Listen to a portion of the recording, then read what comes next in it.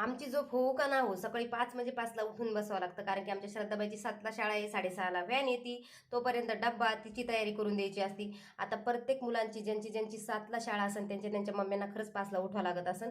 आणि सकाळी उठून मी पटकन तर पहिली श्राद्धासाठी इथं टिफिनची तयारी करत होते. तिला पाहिजे होती डब्याला इडली, तर साईडला इडली लावून दिली होती आणि चटणीची तयारी ना मी रात्रीच करून ठेवली होती. पटकन सकाळी मिक्सर घेतलं आणि पाणी टाकून थोडंसं दळून घेतलं.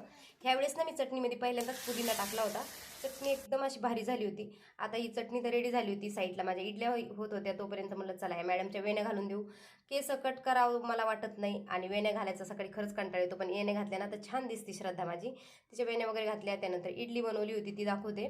इडल्या एवढ्या काही खात जमल्या नव्हत्या, कारण की ते पीठच इडलीचं नव्हतं. पीठ मी ते उत्तप्यासाठी स्पेशल बनवलं होतं.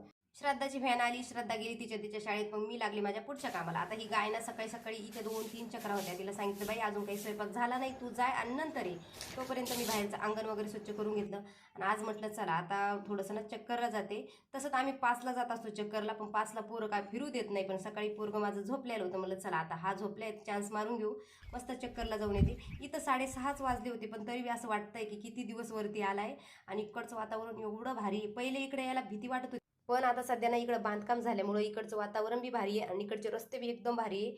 त्याच्यामुळे सगळे आमच्या मानेनगरचे जेवढे लोक आहे ना तेवढे सगळे इकडेच फिरायला येतात. 7 म्हणजे 7ला मी घरी आले होते आणि म्हटलं चला आता पटापट पुढच्या कामाला लागू. तर समर्थ माझा अजून झोपलेला होता. पहिले आले तर पहिले भाजी टाकून घेतली होती आणि त्यानंतर लगेच मी चपात्या बनवायला लागले होते, कारण की समर्थ उठायच्या आधी हे सगळं काम जर झालं ना तर मग टेन्शन राहत नाही. तर मधात तेच चालतं, मामा मला घे, मामा मला असं, मामा मला तसं.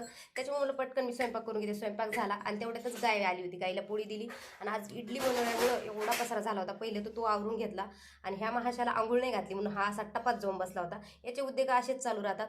आज मला ना मंदिराची जरा डीप क्लिनिंग करायची होती, म्हणून मी थोडंसं पूजा लेट केली होती आणि मंदिर चांगलं स्वच्छ वगैरे करून घेतलं. तसं तर मंदिर मी दर गुरुवारी साफ करते, पण ह्या गुरुवारी माझं झालंच नव्हतं म्हणून मी आज करून घेतलं. त्यानंतर देव वगैरे घासून घेतले आणि मस्त अशी पूजा करून घेतली. व्हिडिओ जर आवडला असेल ना थोडा बी तर लाईक करायला विसरा जाऊ नका. चला तर बाय. श्री स्वामी समर्थ.